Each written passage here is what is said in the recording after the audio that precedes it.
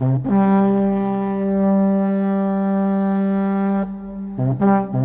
everyone, this is Gary from Fantastic Fundas, and in this lecture we are going to talk about the emancipation of women, right? And second thing we will be talking about is the removal of the caste system. It wasn't 100% removed, but to whatever extent it was removed, we will talk about it. Now, please understand one thing, that these two were the main outcomes, right? Emancipation of women and the upliftment of the backward classes were the two outcome of the socio-religious reform movements that came. These were two main outcomes, so that is why I'm covering them in a different topic here, right? So, if we talk about the condition of the upper class women, now this question has been asked in many papers many a times, that what was the condition of the upper class woman? Was it better than the women who were peasant? Actually, the answer is that peasant were in a better condition. So peasant women, they were doing better. And why they were doing better, I'll give a proof of this to you, because they had a better status in family. How it is proved? They less, it wasn't often that they followed the parda system. If they had to go and do agriculture, then they had to remove the parda. And then they had even this right to remarry, which was not enjoyed by the upper class women. Okay, so that is why these two reasons make it obvious that the peasant women were doing better in the society. And number two, what was the role of the woman, right? Women could be at that time a housewife. Okay, she could be housewife, or but she had no individuality of her own. These days the scene has changed to a great extent. अब तो scene बदल गया है, लेकिन उस time पर बहुत बुरे हाल थे. Okay, and she could not, as a widow she could not remarry in general, right? Most of the women, right? And she could marry only once. If she's divorced, she cannot marry again. But whereas the men would, could marry. In fact, even they could marry only once, and they could have only one husband. Where the men would have more than one wife. Okay, so सब लगे हुए हैं, सब गलत है ना ये?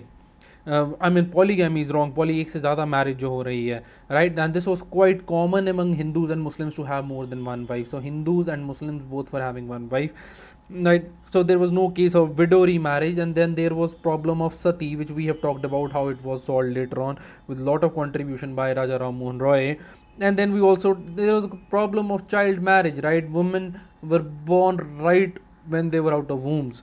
Okay, and then women had no inheritance rights. So that is again a problem of the condition of the women. Okay, they had no inheritance right. Property नहीं उन्हें कोई भी मिल सकती थी. ठीक है? Muslim women, they could inherit the property, but they could inherit only half of what a man would inherit. Okay, so that is how it was, right? And then sometimes they women did not have even the right to divorce. Women were without divorce rights. She could not divorce a man even if he's treated like an animal. And men could divorce her by just saying this word, talak talak talak thrice. This is utter crap that you say talak thrice and talak happens. This is totally out of sync to the modern days thought society. Something should be done to cure it. Okay, and acceptance of subjection of women to men, right, was seen as a badge of honor. Okay, woman is a subject to men. Woman becomes a subject of man. So that was a badge of honor for her. Okay, badge of honor. एक उसके उसके इज्जत या उसके honour का आप क्या कहें, उसके इज्जत का तमगा था एक. ओके, सो लेकिन कुछ फेमस वुमेन है really challenge all this during all the history. If we start, I have to start, I can start from Razia Sultan only. Why not? Though she was like quite early in history, 1236. And in fact she has been the only female sultan. Okay, female only one, female only sultan of, so okay, Delhi. And then she, just in case if you have not modern medieval history, I'll tell you she was a daughter of Iltutmish. I would like to cover the medieval history in very short detail, but let's see if I am able to do that. Okay, anyway, number 2 is Chand Bibi, right? Chand Bibi, she basically was, yeah, she fought Akbar at Ahmednagar, okay, Ahmed Nagar. That is what she is known for, and she was very impressive in that war. And obviously, all of us know about Ahilya Bai Holkar ji, Ahilya Bai Holkar, and you know this, right? She was known as the philosopher queen, okay, philosopher queen, and she's compared to the Elizabeth I of England. Okay, these two comparisons have been drawn. Actually, there was a question also once that which queen is compared to Elizabeth I of England. There was a question. Okay, now after this, there is one more lady I would like to talk to you over here, whose name was Rukma Bai. This lady Rukma Bai, she said, I won't marry this uneducated and unaccomplished husband. Simple as that. Now, her denial of marriage to somebody, some husband whom she considered uneducated and unaccomplished, this denial, this created a storm in the society. Everyone was talking about this, right? And then after 1880s, if I have to talk about during the British period, after the 1880s, these Dufferin hospitals established by the wife of Lord Dufferin, they became quite popular, right? And in fact, they would be teaching and medicine on medical sciences on the lines of the Western medical science. Okay, so there was medical science, and for the first time we had proper child delivery techniques, right? So we had the child delivery techniques. I'm not sure if it was the first time, but then surely it was a major breakthrough over here. Somebody can confirm that in the comment section. Okay, anyway, there was proper child delivery technique adopted over here, right? And not only this, right, a lot of women participated in our national movement also. I will be talking about all those women later on. This is just a broad vision of the whole thing that I wanted to share with you. So they will participate against the partition of Bengal in 1905, right? This is related to Bengal. And then they participate in the Home Rule League movement also. And then they are involved in the picketing of shops. Picketing का मतलब होता है जैसे I will not allow you to buy from the shop. They would stand outside the alcohol liquor shops, all those taverns.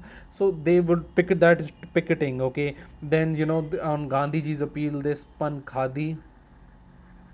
And then the women also went to jail. And in fact, one of the primary reasons of the more involvement of women in the Indians freedom struggle was Mahatma Gandhi's contribution to it. We will talk about it, how it was. And a lot of women participated in politics also. For example, Sarojini Naidu was there, okay. And Sarojini Naidu. In fact, she became the president of INC also, I believe, in 1925. Before that, it was Annie Besant who was the first one. Annie Besant as the head of the INC, right? Annie Besant also contributed, and many women became the ministers, okay. And in fact, in 1937, when the election was held, and for 28 months, when the Congress rules, a lot of women, stood election in fighting, contesting elections, and they won also, right? So a lot of women won election at that time, right? So so these contributions were there happening. Then they also women also participated in the trade union. I would be doing a separate lecture on this also, trade unions and Kisan movements, okay. And then women also participated in 1927 in this, what do you call, All India Women Conference, okay. All India Women Conference was there, and women they जोर जोर से इन सब ने इसमें हिस्सा लिया, okay. So that was like a broader thing that was that happened, that helped elevating not alleviating, it's LEL, right, elevating the status of the woman in the society. We'll talk about a lot of them, right? Suniti Chauhan will come, so many, Preeti Lata Vadekar is there. We will talk about them, right? So and in the coming lectures as we proceed with the national movement, right? Second part of this lecture deals with the second contribution of the social religious reform movement, and that was the struggle against the caste system, okay. And basically Hindus primarily, they were divided into caste, and this caste, okay, they were divided into caste, and which caste was so dependent on birth, basically. So it was dependent on birth, right? So you are a backward person or a poor person because of your caste, right? Who would you marry? or something like with whom you would dine, खाना किसके साथ खाएंगे, शादी किससे करेंगे, what will be your profession, okay, what will be your profession, and then these social loyalties, you will be loyal to whom, and all these things they came with this caste system, okay. And the lower caste hoti thi, they had even the worst disabilities associated with them. For example, they couldn't use the same well, इतना बुरा हाल था lower caste का, उसी कुएं से पानी नहीं पीने देते थे. दे couldn't be part of the police or army, तो इनको ना पुलिस में रखते थे ना इनसे आर्मी में रखते थे इनको. They were forced to do some dehumaning, or let's say inhumane work, okay, inhuman work. And they weren't given those, they were always supposed to be either those jobs like scavenging and manual scavenging they were supposed to do. And they were also always involved in shoemaking, right. I saw a documentary once, and it talks about that how in so many shoe companies most of the employees are from backward classes, right. And then what happened because of this caste system, what was the result of this caste system, that society was disintegrated. So we had social disintegration happening, right. It created more worst form of social disintegration than can be imagined. And then this disintegration, it became obstacle to two things, right. Obstacle to freedom movement and obstacle to democracy. So it created multiple problems, okay. And moreover, even caste system was also there among the Muslims and the Sikhs, even Christians. All religions had caste system in that. Even to this date, Muslims, Sikhs and Christians, so you will find caste happening over there, okay. It's all documented, it's not me saying it. There is a history, there are documentaries on it. You can go and watch them if anyone is having any kind of objection to that, right. Then a few rectifications were done to control the whole thing, but then it could not be done 100%, but to partial extent it was done. And how it was done, right. For example, when with the coming of the railway and the postal system, right, and all this, there was better connectivity, okay. And with the better connectivity, this improved the communication of the people, right. And this led to mass contact program. The larger masses could be contacted of different castes, and they could then do a movement against the untouchability and everything, okay. And so there were new opportunities in the field. This is number two, is these are the things that help break the removal in caste system in a way, indirectly.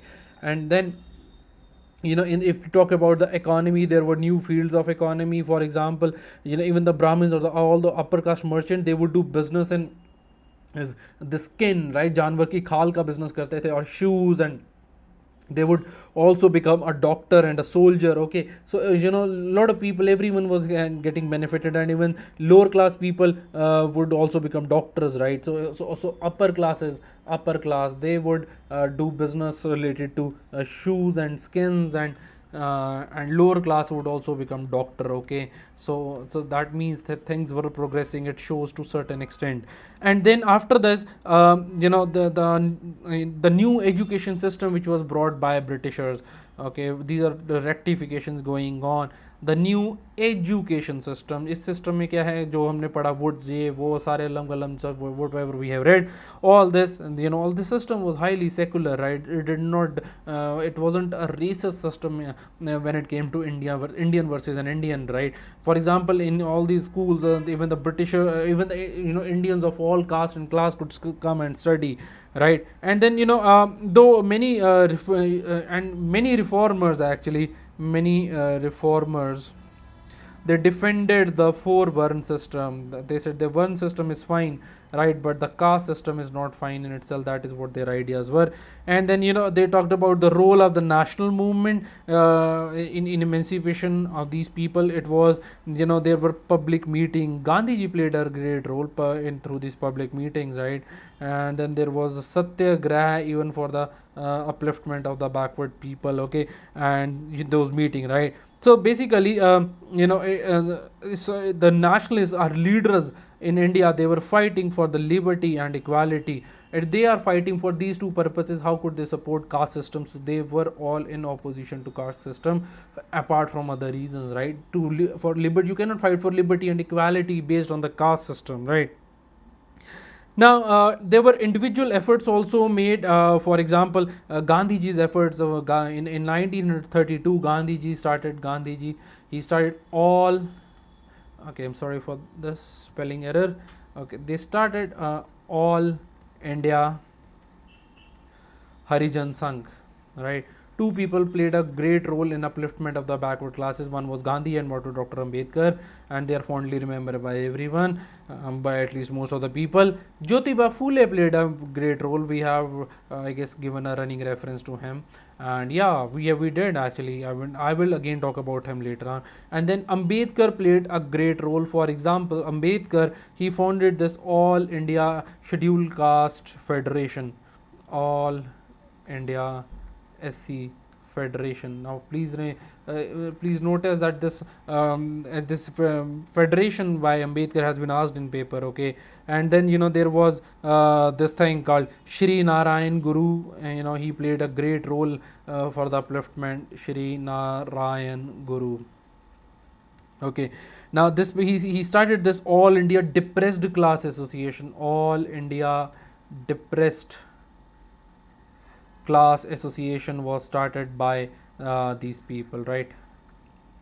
Now, this organization, it gave the slogan of this thing: one religion, one caste, and one God for the mankind. There's only one religion, one caste, and one God for the mankind. Later on, there a new person come parallel to Shri Narayan Guru, and his name is Sahardaran Ayyappan. Okay, Ayyappan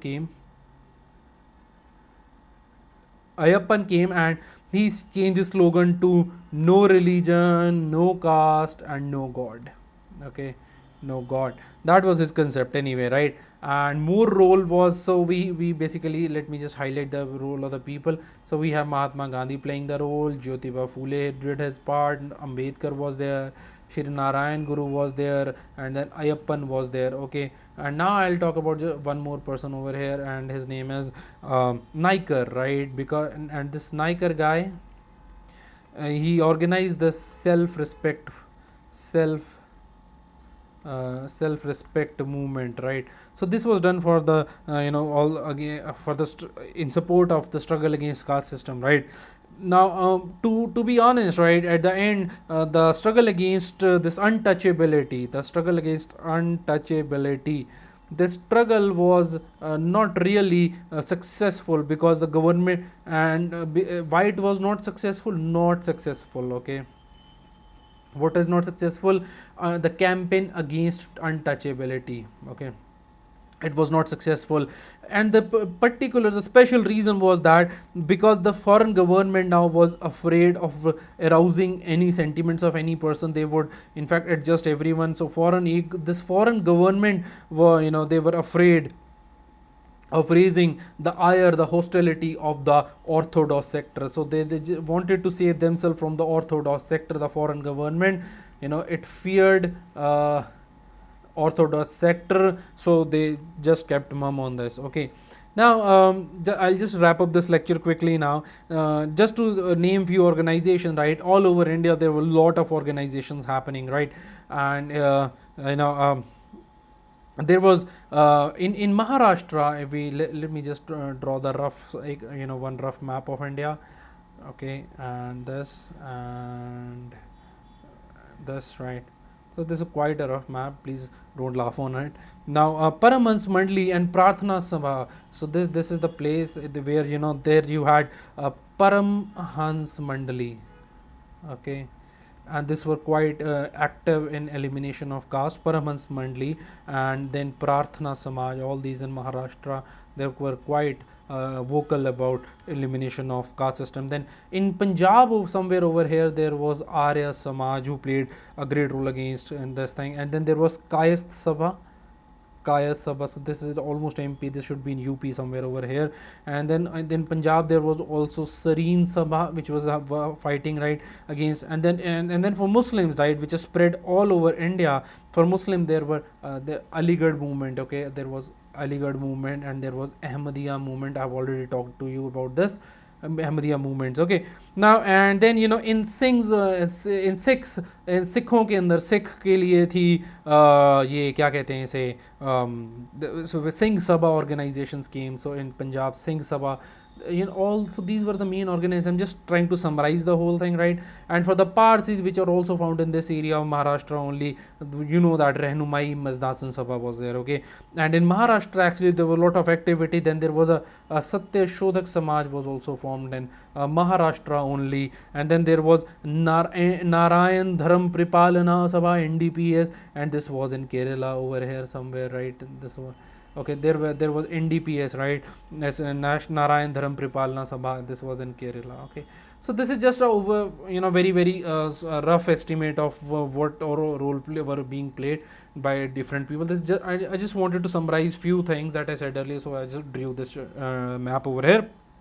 Now, before I end the lecture right now, I'll just quickly tell you that next lecture for you is very important, and that lecture, the theme of the next lecture is the social reform movements only. I will be concluding social reform movement with that lecture, and this lecture will be very factual. Please sit down with your books and pen and paper. Then you must, and whatever I keep on saying, please do keep on jotting down. If possible, make a table. Okay, it will be very factual and give you names of all the important newspapers, right?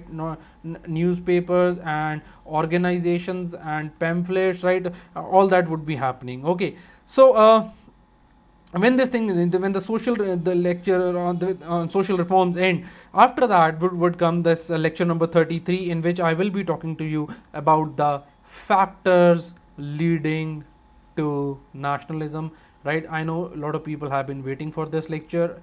This will be really interesting, and we'll talk about that how movement transforms, and why this this national consciousness, and what was the response of Indians in general to these thing, right? And once we have these organizations, right, all the factors about nationalism, then we will talk about the formation of the Congress in the later on lectures. Okay, so that is all about this lecture. And then there's one more important thing at the last that I just wanted to make a request to you.